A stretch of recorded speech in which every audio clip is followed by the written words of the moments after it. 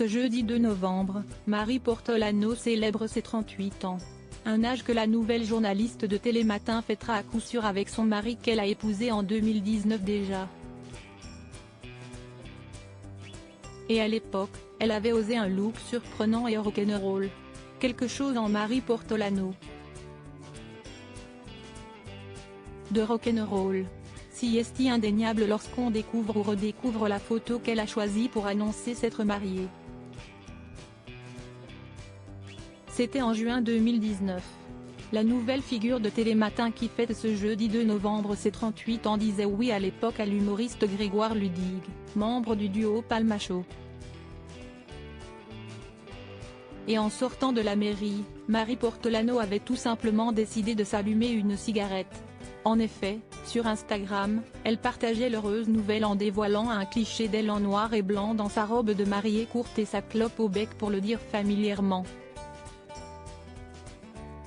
Ses cheveux étaient détachés pour davantage de retenue mais tout de même accessoirisés d'un voile. Un look simple et peu commun qui lui allait à ravir. Salut les gars, inscrivait-elle simplement en légende de sa publication, ajoutant un émoticône alliance et un cœur. Marie Portolano décidait alors de ne pas s'afficher aux côtés de Grégoire Ludig. Rien de bien étonnant lorsqu'on sait que le couple est du genre discret. Il n'existe d'ailleurs que quelques rares photos de leur duo. Si estime même alors ainsi que leur idylle était révélée au grand jour en 2017. Cette année-là, Camille Combal avait vendu la mèche dans son émission Il en pense quoi Camille ? C8, en recevant les amoureux.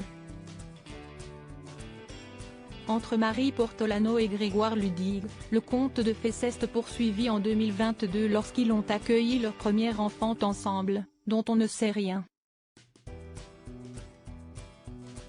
L'animatrice de France 2 était auparavant déjà la maman d'un petit James, né en 2014 d'une précédente relation avec un homme méconnu mais avec qui elle est toujours en bons termes.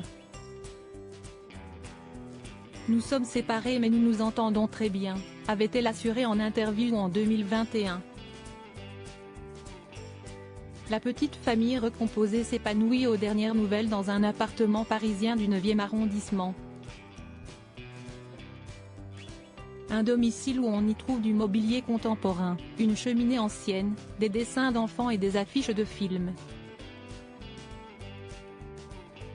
Mais aussi beaucoup de bouteilles comme le constataient nos confrères du Monde en 2022.